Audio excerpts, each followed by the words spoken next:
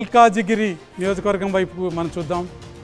State capital రీజియన్లో ఉన్న మల్కాజిగిరి నియోజకవర్గం central తెలంగాణలో ఉంది.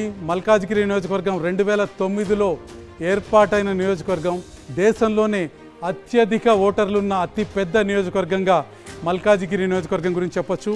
హైదరాబాద్ శివారుల్లో విస్తరించి ఉన్న మల్కాజిగిరిలో తెలంగాణ స్థానికులతో పాటు దేశంలో దాదాపు అన్ని రాష్ట్రాల వారు కూడా ఉన్నారు. ప్రస్తుతం కాంగ్రెస్ నుంచి పట్నం సునీత మహేందర్ రెడ్డి, బీజేపీ నుంచి ఈటెల రాజేందర్, బీఆర్ఎస్ నుంచి రాగిడి లక్ష్మారెడ్డి పోటీలో ఉన్నారు.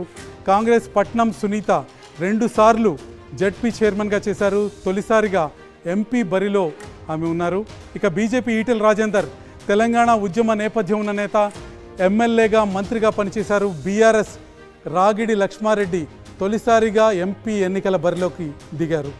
ఈ నియోజకవర్గంలో భారతీయ జనతా పార్టీ స్పష్టమైన విజయాన్ని సాధించే అవకాశాలు కనిపిస్తున్నాయి. బీజేపీ విజయానికి దోహదపడే అంశాలు, ఈటెల రాజేందర్ విజయానికి దోహదపడే అంశాలు ఏంటో ఒకసారి చూద్దాం.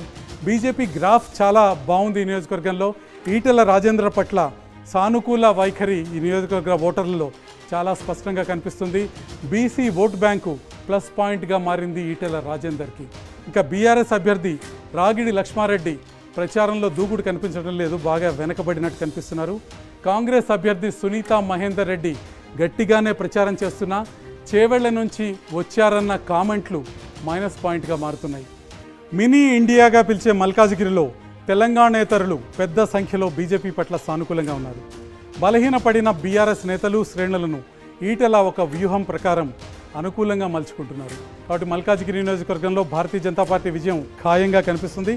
మల్కాజిగిరి నియోజకవర్గం తర్వాత చాలా ముఖ్యమైన నియోజకవర్గం సికింద్రాబాద్.